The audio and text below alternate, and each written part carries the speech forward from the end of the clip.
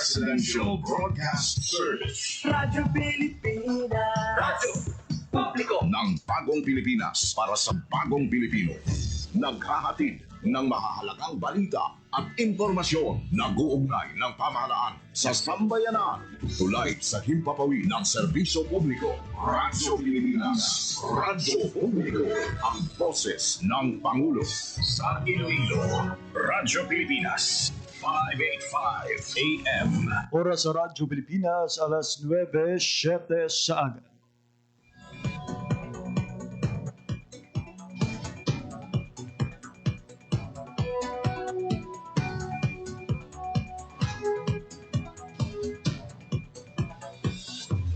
Sa Western Visayas, Panay Island, na tinamaan itong island-wide blackout. Ang pagsulod mo gid sa Maasin watershed. Pinaka-purpose nila ini para sa operation nato. We have that in collaboration with the department. I am again standing up. Mapiktahan ang ina freedom of expression. Sa Office of Civil Defense naman po, balita, issue, kag iban pa. Diri sa Radyo Pilipinas. Radyo Publiko.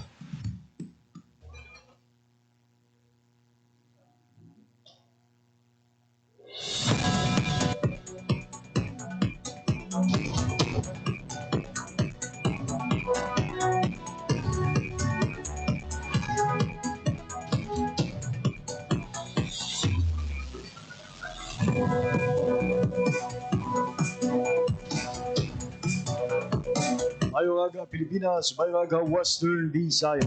Siyudad kag probinsya sa Iloilo kag kutob sa malabutan sa amon pagserbisyo.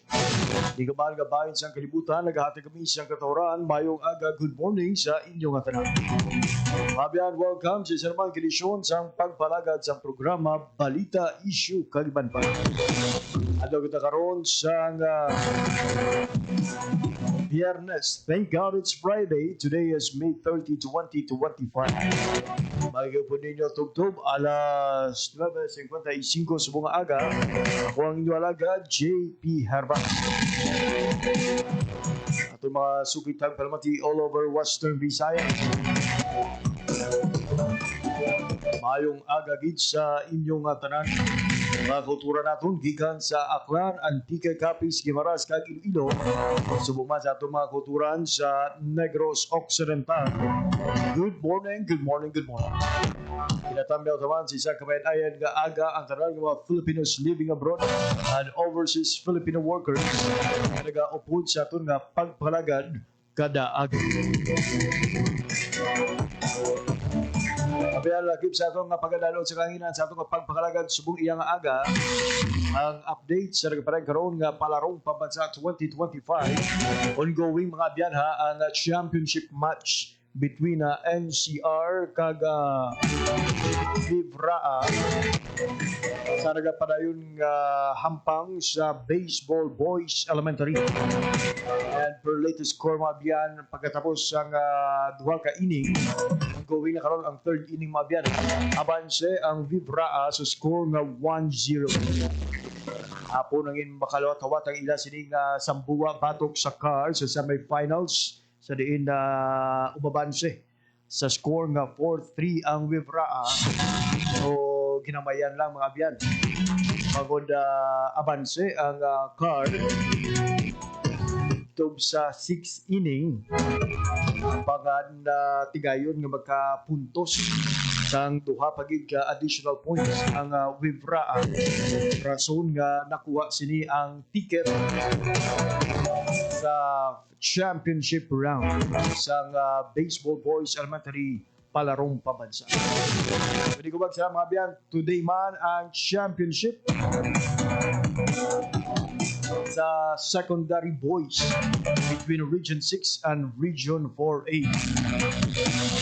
Hindi sarangin nga ma-check mga biyan ha sa Facebook Live sa DepEd of Western Visayas. But for those nga wala access sa internet sa karon, wala to nga malabot kung napadulong from time to time mga biyan ang update sa sining nagapadayon nga hampang tunga sa Vibraa batok sa NCR sa baseball Baseball Boys Elementary ag sang Vivra batok sa Region 4A sa Baseball Secondary Boys.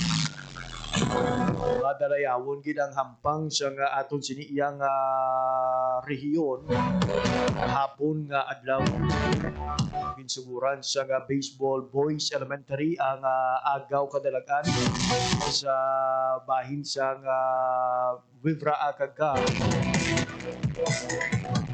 Semifinals kahapon Region 6 versus Region 4A na agaw man sa nga the champs represented by Bacolod Thai 2 ang ticket na baka lawas makahampang sa championship match ng volleyball secondary girls. Agaw antes magtakop ang adlaw kapi mga biyano natigayon man nga maagaw sang Vivra ang abanse batok sa Calabarzon sa basketball secondary boys. Nakaabanse sa masobra 15 ka puntos ang kontra kahapon. So by the end of third quarter, umabanse na ang Western Visayas. Napabilin ang abanse tugtog sa katapusan nga segundo. Magila sila sa semi-final match. Hindi nagapamatuod nga sa hinampang bilogin man ang bola. May mga best nga temprano pa magsinadya pero may nabilin pa nga mga oras, may nabilin pa nga mga sinigundo.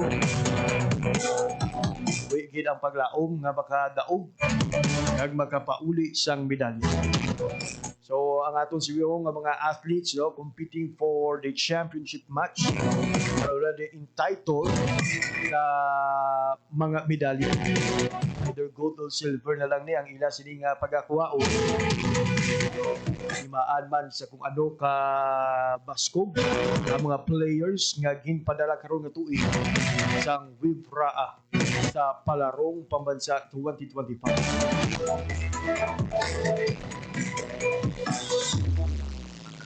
Okay, congratulations kid sa aton sining mga kulturan nga sa gihapon naga tingwa nga baga kuha sang medalya. Uwi pang ila sini nga chance to bring home the gold medal sa karon iyang palarong pambansa. And per latest updates ang DepEd Western Visayas mga biyan, ang aton nga rehiyon overall medal tally ang may pareho ng number of gold medals sa rank number 2 ang Calabarzon. Naguluban sila mga biyan sa number of silver medals. Ang Calabarzon may 57 ka silver. Ang aton sining saan corrected mga biyan. Rank number 4 gali subong amo ang Western Visayas. Rank number 3 amo ang Davao Region with 35 gold medals. So naganubo kita subong. We are hoping with the remaining nga mga hampang kung sa diin nagapakigbato pa for gold medals aton sining mga atleta, posible pa nga magtaas-taas ang aton sining ranking or placement sa medal tally sa karon iya nga tuig nga palarong pambansa. Rank number 1 karon ang National Capital Region with 89 golds, 56 silver and 33 bronze. Rank number 2 ang Region 4A Calabarzon with 35 gold, 57 silver, kag 51 bronze. Rank number 3 naman ang Region 11 Davao Region with 35 gold, 20 silver, kag 32 bronze. Rank number 4 ang Region 6 Western Visayas with 29 gold, 39 silver, and 44 bronze. Rank number 5 ang Region 10 Northern Mindanao, 27 gold, 18 silver, kag 36 ka bronze. Nabahin sa elementary mga biyahan, nagapangatlo ang Western Visayas. Rank number 1 ang NCR National Capital Region, 37 gold, 11 silver, kag 8 ka bronze.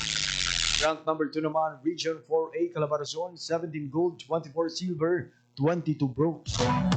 Rank number 3, Region 6 Western Visayas, 14 gold, 16 silver, kag 17 bronze. Rank number 4 ang Region 3 Central Luzon, 14 gold, 12 silver, kag 12 bronze. Kag rank number 5 ang Region 11 Davao Region, 13 gold, 11 silver, kag 9 bronze. Talo pang doon ha, maraming standing yes ang elementary athletes. We are currently at rank number 3. Sa secondary mga biyan, rank number 3 sa elementary. Sa secondary, we are rank number 5. Kung natingala, kamo nga ang rank number 3 ang Davao Region, nga rank number 5 sila sa elementary. Amod sa secondary, sila ang rank number 2. So, ang nagapanguna karon sa secondary, ang National Capital Region with 52 golds, 45 silver, kag 25 bronze. Rank number 2 ang Region 11 Davao Region with 22 golds, 9 ka silver, kag 23 ka bronze. Rank number 3 Region 4A Calabarzon, 18 gold, 33 ka silver, kag 29 ka bronze. Rank number 4 Region 10 Northern Mindanao, 16 gold, 6 silver, kag 24 ka bronze. Kag rank number 5 ang Region 6 Western Visayas, 15 ka gold, 23 ka silver, kag 27 ka bronze. Siyempre, sa gihapon kita nagapanguna sa Para Games. Rank number 1 ang Western Visayas with 19 gold, 18 ka silver, kag 14 bronze. Rank number 2, Region 4A Calabarzon, 12 gold, 14 silver, kag 9 bronze. Rank number 3, Region 12 Sok Sargent, 8 gold, 3 silver, kag 5 ka bronze. Rank number 4 ang National Capital Region or NCR, 7 gold, 4 silver, and 4 bronze. Rank number 5, Region 5, Bicol Region, 4 gold, 5 silver, kag 0 bronze. Pina ang latest mga biyan nga medal tally nga gina-publish sa DepEd tayo Western Visayas. And that's as of 10:45 p.m. sa Mayo 29.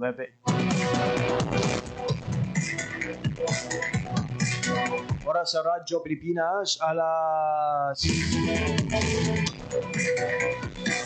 9:19 na sa aga. Update lang mga biyan ha sa nagaparay karong hampang sa tunga sang Region 6 kag NCR.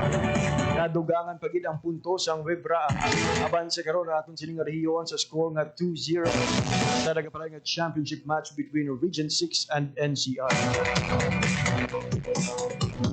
Na-check naton ang score sa bahin sang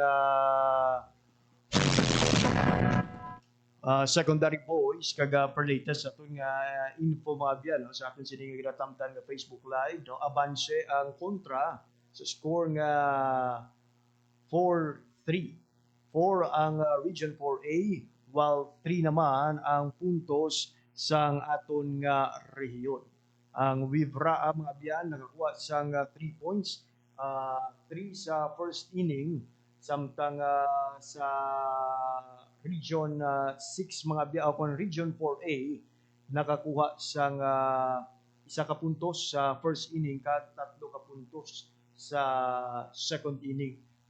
We are still checking mga biyan kung ano lang nga inning karon, pero ang nag-bat no sa karon iyang match nila or sa karon nga inning mo ang Region 4A. So balantayan mga biyan ha, dugang nga mga updates sa karon nga nagapadayon nga palarong pambansa.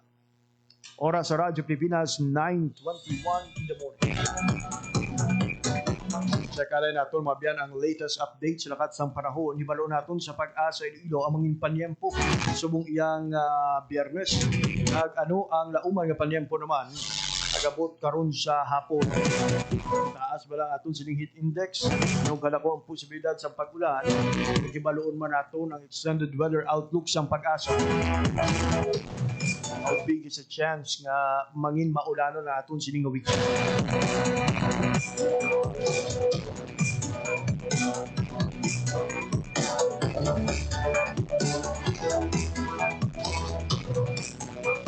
Oras sa Radyo Pilipinas, 9:22 in the morning. Pilipinas Weather. Sa inyong oras, magakuha kita sa latest update sa lakat ng panahon upod ang pag-asa Iloilo with Sir Ferds Rubin sa Piak Galia. Sir Ferds, good morning. Yes sir, good morning. May sa aton mga tigpalamati ang muna at latest weather update subong ang May 30, 2025. Sa karon, southwesterly wind flow nag-apekto sa nakatunda sa bahin sa Luzon, samtang frontal system nag-apekto sa isilangan nga bahin sa northern Luzon. Kita sa Western Visayas, generally for weather kita, arang may isang posibilidad sa mga isolated ng mga pag-ulan ng ilang panahon, kadalas ng mga localized thunderstorms. Pinatugtog sa sarangan hangin halin sa nakatunda, tugtog sa mugat na nakatunda, ang mga ibabaw sa Western Visayas, sa diin makanay tugtog sa sarangan at mga pagbalik sa bilatan. Aton nga temperatura, yara sa 56 tugtog 32 degrees centigrado, aton nga maximum heat index forecast, simple maglambot sa 42 degrees centigrado. Aton nga adlaw, nagabudlak ng alas 5 sa 8 kanina sa aga, patulog siya alas 6 sa hapon. Aton nga itong latest weather update, Lindris Pag-asa Iloilo, Ferds Rubin, Patamagin, salamat. Sir Ferds, may know, kamusta naman ang heat index nga nauman sa ibang pang lugar sa Western Visayas? Ayan, posible niya pa mag-abot sir sa mga 42 to 43 degrees Celsius. Around 40 above siya nga sir sa karon. I see. Sir, ang aton sining pag-monitor naman sa posibleng panyempo sa maabot iya nga Sabado ug Domingo, kamusta ang extended weather outlook sa pag-asa? Ganahan taon na taon over the weekend, essentially firmly weather kita niya po, no? Huwag kita may ginalan sa gabi ang mga significant na mga weather systems na posibleng makadalas ng grabe ng mga pag-ulan. So, although from time to time, may posibilidad niya po sa mga pag-ulan, dahil lang niya sa localized thunderstorms. Alright, for your time information kan hatag sa Radyo Pilipinas, Sir Ferds Rubin, madamo gid nga salamat. Yes, thank you sir. Salamat po yung assistant. There you have it, mga biyan, latest update sa lakat ng panahon gidulong sa aton sang Pag-asa Iloilo.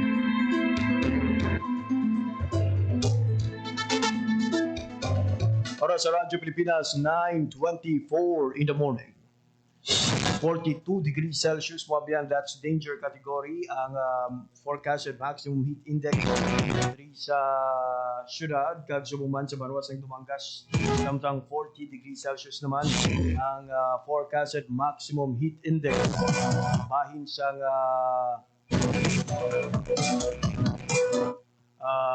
Rojas City, kag Mambusaw sa Capiz.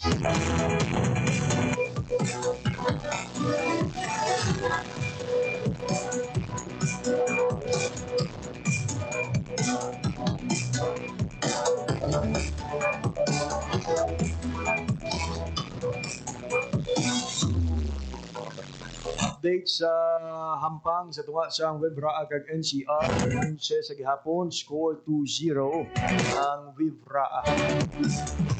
Di na sa ika-4 na kita nga ining mabiyak. Nagabat karon ang Webra.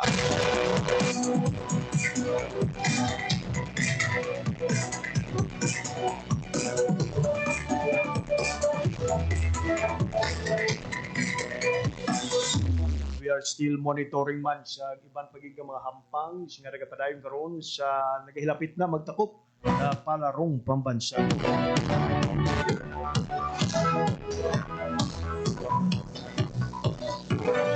Alas 9:25 sa aga sa gihapon nagapandom ang Civil Defense Western Visayas sa tanan nga likawan ang pag-inom sang tsa, kape, soft drinks kag makulubog ilimnon, magamit sang payong, magsuksok sang kayo kag may malaba nga pako nga panapton kun ara sa gwa. Limitahan man ang pagtiner sa gwa, mag-inom sa madam nga tubig kag planuhon ang pag-imo sang aktibidades sa aga ukon sa hapon kung sa diin mas mabugnaw ang panahon.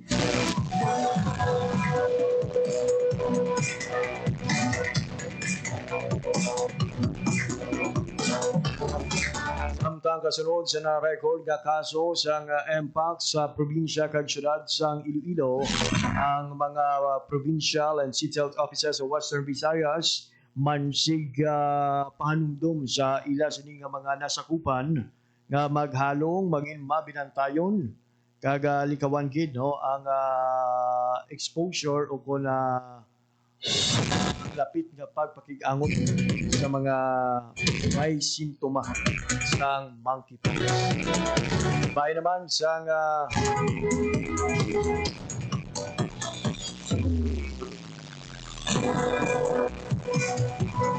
Antang sabay naman sa Iloilo City Government ay panumdum ang Iloilo City Government mga biyanha MPOX Advisory, particularly sa mga trabaho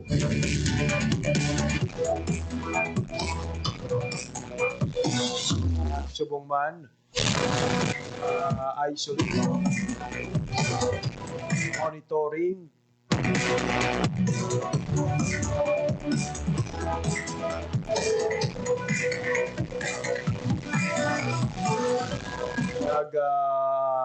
infection prevention.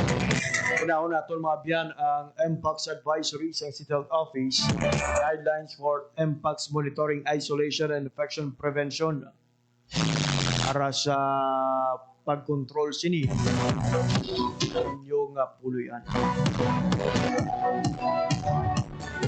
Pero sa Iloilo City Health Office, recommendation sa home isolation ang iga-ubrahon on a case-by-case basis. Ay ini mangin sandigman sa clinical severity, presensya sa complication, care needs, risk factors para sa mga severe disease, nag-access to referral for hospitalization, padayon nga nag-deteriorate ang kondisyon.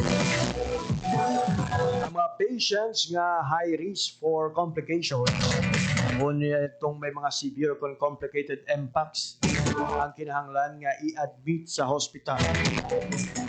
Iagod nga matigayon ang closer monitoring kag clinical care sa dalom sa appropriate isolation precautions kag malikawan ang transmission sang monkeypox virus.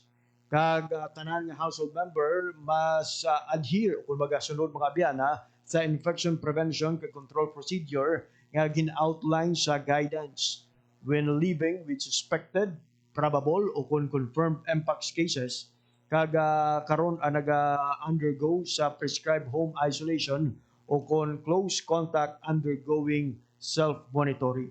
Isa pagid ka advisory sang aton sining Iloilo City Health Office. May kang tanan naman sa MPOX mga biyan. Ang guidelines for workplaces and other high-risk commercial establishment. Ano pala ang mga dapat ubrahon sa sunod sa opisina? Dari ang panundong sang Iloilo City Government City Health Office. Ang workplaces ang ginauman nga magasunod sa standard precaution para sa MPOX prevention. Ginalakipan sang paglikaw sang close kag intimate skin-to-skin contact, nag-observe sang frequent kag proper hand hygiene, pagsiguro sang mga object kag surfaces nga suspected kontaminado nga dapat ini ang ginatiluan na disinfect. Likawan man ang pag-contact sa mga sapat, particularly sa mga mammals nga mahimo man nga magdala sang virus. Anang nga workplace ang gina-expect man nga mag-establish kung mag-activate sa ilang nga reporting kag referral system para sa detection sang MPOX kag mag-coordinate with their respective local epidemiology and surveillance unit kung applicable. Mga close contact are also expected to be monitored or should self-monitor daily from the onset sang signs o kung simptoma sa period of 21 kadlaw mabiyan umalin sang last contact samtang ang mga suspect, probable or confirmed cases kinalauman mga biyan nga mag-isolate kag mag-manage base man sa ilang severity. Ang return to work will be permitted kung natapos na ang isolation period. Kaya ini dapat nga na-confirm siyang isa ka doktor that the individual is symptom-free through a medical certificate. Hindi pwede iya nga magbalik ka lang sa opisina without this certification or this confirmation halin sa isa ka medical doctor. Ang workplaces ang ginainganyo man mga biyan to implement appropriate risk communication strategies. Agod nga maligawan ang mga preventive behaviors, proper reporting, kag-referral, samtang ginasiguro mga biyan ang prevention of stigmatization of at-risk group. So ina ang mga advisories ng City Health Office. Sunod ba mga biyan so nakumpirma na nga kaso sang MPAX na atong sining syudad. Sa atong sining Department of Health and the local government units sang tagsa-tagsa. Away kontra MPAX pag nga magbinuligay kita kagay sa away kontra COVID-19. Hindi kita mag-ugyon sa mga panugyan sa atong sining gobyerno tendency mga ang aton sining away magadugay kung as early as now nagabuligay kita kasunod sa mga panugyan sa aton sining gobyerno hindi magdugay ang mga virus sa aton. Again, yara sa aton mga kamot ang liya sa pagpuksa sa sining balatian kag nagapakya kung mga biyan nga hindi tani kaya malampuan. Napamatud-an naton ina sa COVID-19 kag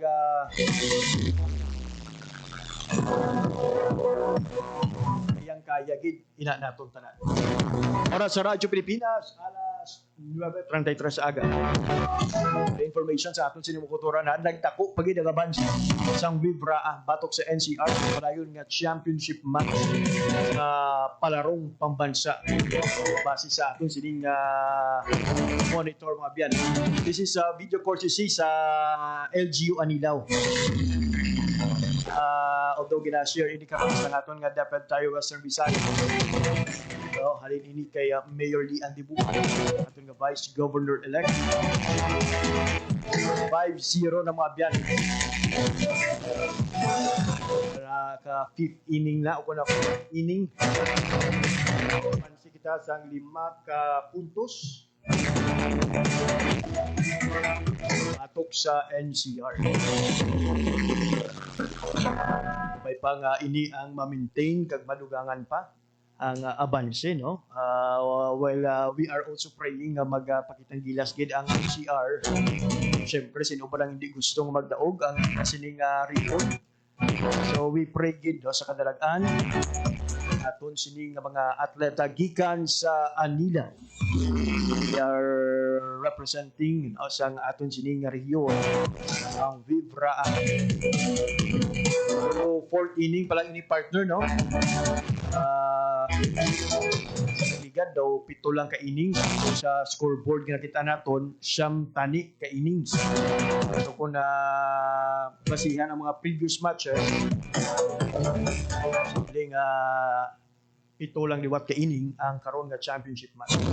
Who knows? May mga changes kita. Sabay ang ining hampang sa tunga sang NCR kag sang Vibra ang mga biyan ang ginahiwat sa Bacara National Comprehensive High School, Bacara, Ilocos Norte. Apon gid sa isa actually sang coach atong rason no sang kadalagan sang ila sini iyang team.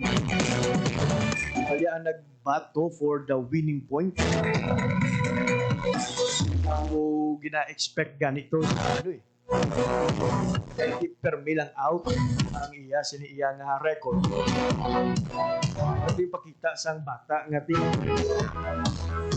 Despite sa iyang previous performance, he can still make a history. Kamod sa iya, kabulig man sa iya sining grupo nila sining hubol ligayon nila nga makuha ang ticket sa palarong pambansa championship match sa karon nag-aabanse pa sila mga biyan sa punto sanay sa ila sining last game ng iya nga tuig. Alas 9:36 sa aga Maghahatag lang kita sang malipot nga panundong sa ato nga pagpanumbalik. Ika nga mga balita, mga biyan kag impormasyon. Ikan sa narituhay nga mga ahensya sa gobyerno kag sumuman, mga local government unit diri sa Western Visayas ang aton nga igapatpat pagkatapos lamang sang malipot nga pahandom. This is a public service announcement. Isang paalala mula sa National Telecommunications Commission, National Capital Region o NTC-NCR. Ang kanilang Oplan Contra Text Scams. Oplan Contra Text Scams. Binabalaan ng publiko na sakaling kayo ay makatanggap ng kakaibang text messages sa mga di kilalang numero o di kaya ay mga text messages na may kahina-hinalang mga link. Huwag pansinin, huwag pindutin, huwag i-click ang link. Huwag i-click ang link. Ipagbigay alam agad sa NTC website ntc.gov.ph o kaya sumulat sa kanilang email na contratextcam@gmail.com. Sa mga panahong ito, huwag padaya, maging wais na madla. Makibahagi sa Oplan Contra Text Scam. This is a public service announcement. Public service announcement from PBS, Presidential Broadcast Service, and Radyo Pilipinas. Sa Philippine Economic Briefing, inilahad ni Pangulong Ferdinand Romualdez Marcos Jr. na unti-unti nang nakakabangon ang ekonomiya ng Pilipinas sa epekto ng pandemya. The country is on its way to a strong recovery from the pandemic and a robust, broad-based growth in the next 6 years. Kanya rin inilatag ang nakikitang solusyon sa inflation at kahirapan sa bansa. We will focus on agriculture as a strong driver for growth. An efficient and modern agriculture sector will ensure food security for all and reduce poverty incidence. Sa huli, kanyang ibinida ang mga hakbang upang masiguro ang pagbangon at ikabubuti ng buhay ng bawat Pilipino. My government will swing the doors even wider for high-value investments from both the domestic and international business communities. More investments mean higher economic activity and more quality jobs, and then a better life for Filipinos. Pangulong Romualdez Marcos Jr. sa 77th United Nations General Assembly. Sa Radyo Pilipinas, special coverage. Banta sa kalusugan na dala ng COVID-19 ay seryosong binabantayan, pero huwag kalimutan ang ibang sakit na sanhi ng baha at pag-ulan. Dengue. Dahil sa pag-ulan, maraming mga areas na umiipon yung water. Leptospirosis dito sa Pilipinas, very common sa atin ang pagbaha. Ugaluin maging malinis sa katawan at malinis sa kapaligiran.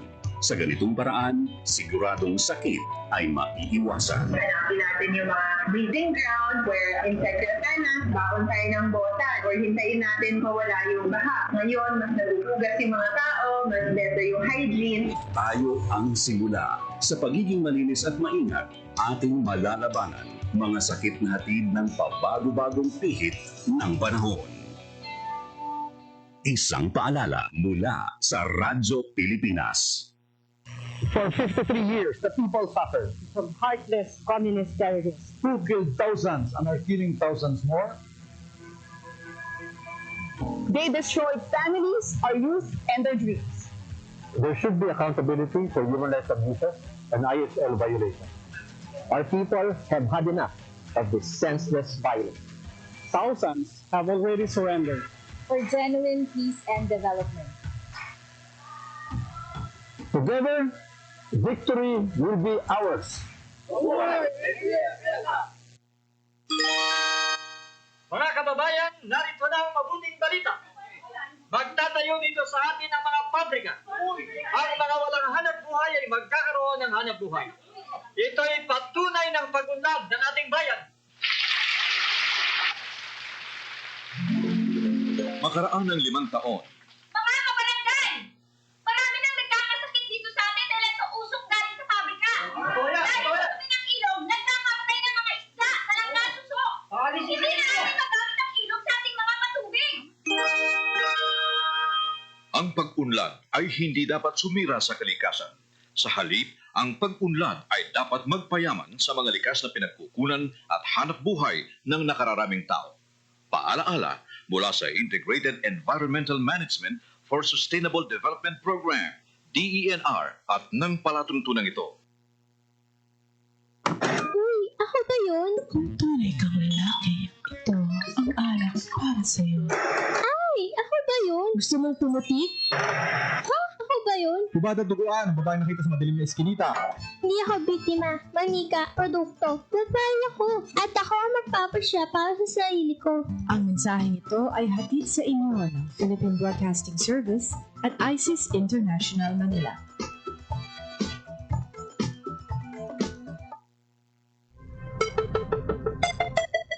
Ang violence against women and their children o VAUC ay isang krimen at hindi isang pribadong usapin lamang.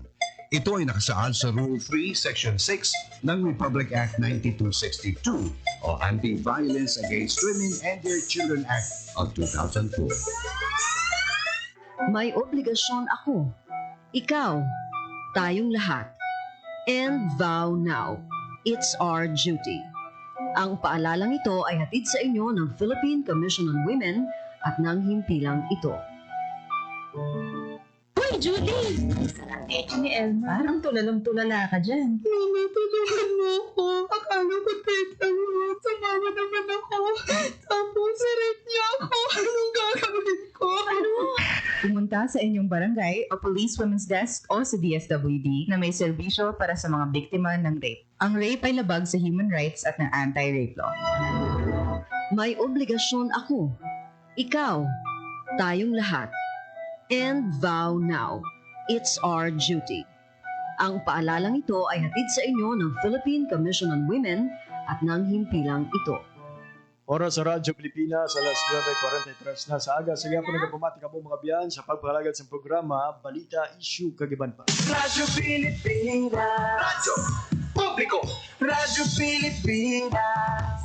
For latest monitoring mga biyan sa napadayon nga palarong pambansa, Baseball Boys Elementary Championship match sa tunga sang Vibraa kag NCR. Abansi gihapon ang Vibraa sa score nga 5-1.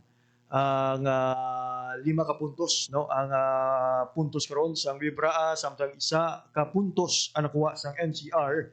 Pero nagabat sa gihapon karon ang hubon sang NCR. May ara sila sang player sa third kag first base, 1 ka out kag ini mga biyan ang kabahin sang fourth inning. We are expecting 3 innings to go para magatapos ang ini sining hampang sa din abanse ang Western Visayas. Samtang sabay naman sang secondary boys.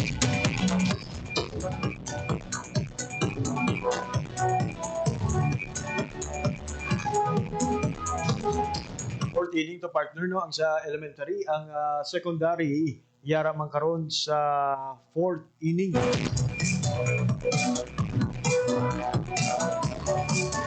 Bansa naman mga biyan sa siniiyang hampang ang Western Visayas. Tok sa Region 4A. Score nga 4-6. Ka punto ang nakuha sa Region 4A sa first inning. Ag 3 ka puntos sa second inning. Wala naman siyang punto nga nakuha ang nasambit iyang team sa third inning. So nga may total of 4 points sila karon. Samtang sa secondary o kuna sa Vibraa, first inning pa lang 3 ka puntos, wala sang punto sa ikaduha inning. Itong inning liwat nga nakakuha sang 3 points ang nasampit iyang team. Unang elementary boys ang tiglawas ang Anilaw. Hindi ko magsara ang ining team naman sa secondary boys represented being represented mga biyan sang mga estudyante gikan sa Negros Occidental. Pag sila do talisay, ini sila nga mga player ang nagahampang karon sa secondary boys baseball. Samtang nagsugod naman mga biyan ang hampang sa tunga sang Vibraa kag Davao Region.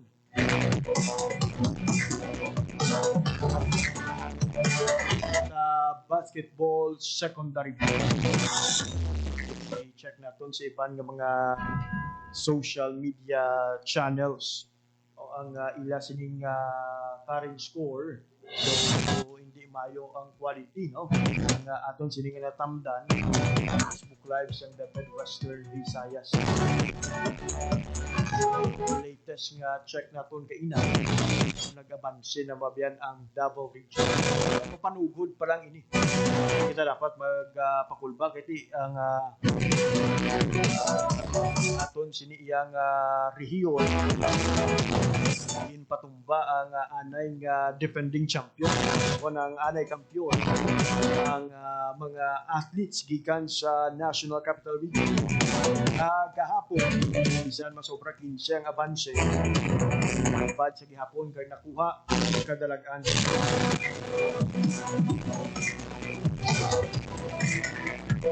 Bika dikit ang ila sining hampan.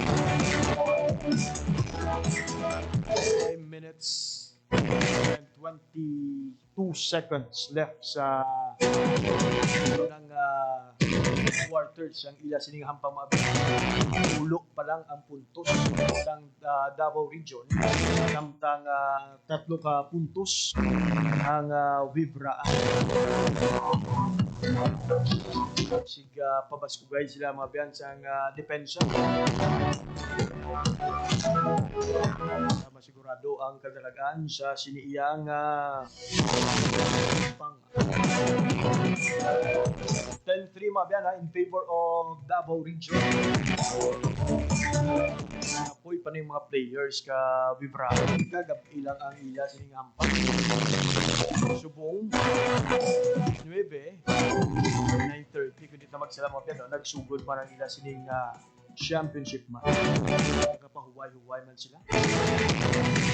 May kabahin man isang mga training o nga ila sini iyang kung preparahan. Tugi lamang mabya nakapasulod sa 3 ka puntos ng players ang Vibra and 6 man sa gihapon ang Davao Region.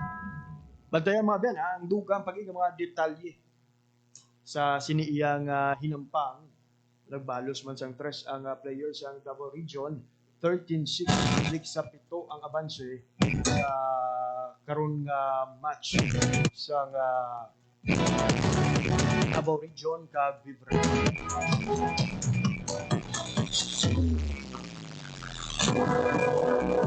Kaya mga biyan ang hampang siyang volleyball secondary girls.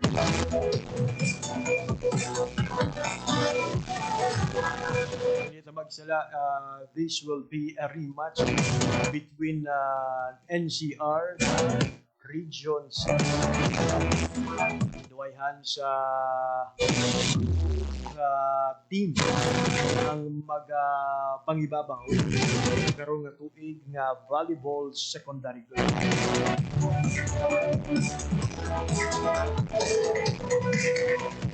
Alas 9:50 sa aga. Taman nga maghatag pa sa dugang ang mga balita.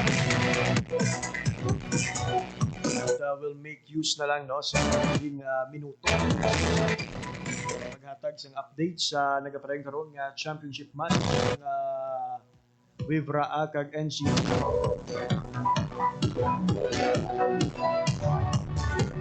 Loaded ang mga bases sa iyang pang sang NCR. Pero may duha na sila ka-out.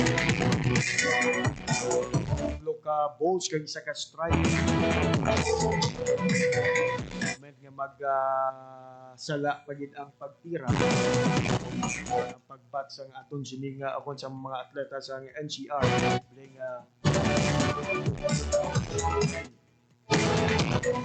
balls ang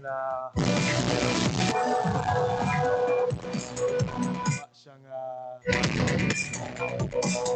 NCR latest batter niya. So kung automatic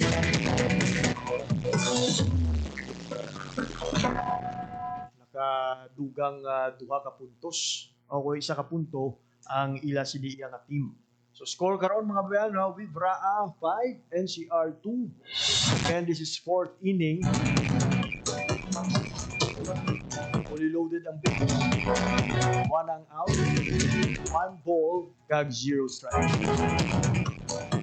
Mabiyan, ang iban nga mga updates sa sining hinampang bantayan sa mga public affairs program sa Radyo Pilipinas Iloilo.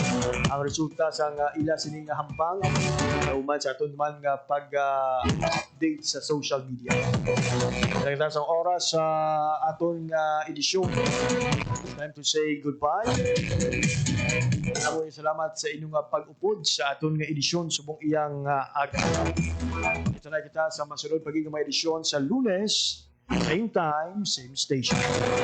Alan sa akon nga mga katuwang technical, Engineer Roy Louie Kaipang sa studio, Mr. Jeffrey Bitita sa transmitter. Naman ang ilang inalaga, JP Harbas, madamong nga salamat sa inyong pagpamati. Maayong aga, Pilipinas. Balita, issue, kag iban pa.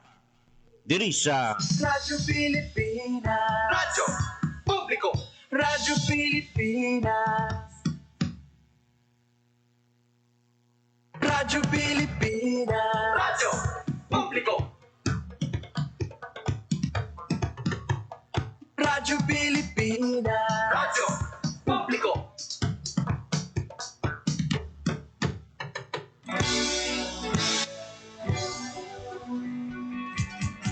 Mahalagang mga balita, napapanahong impormasyon.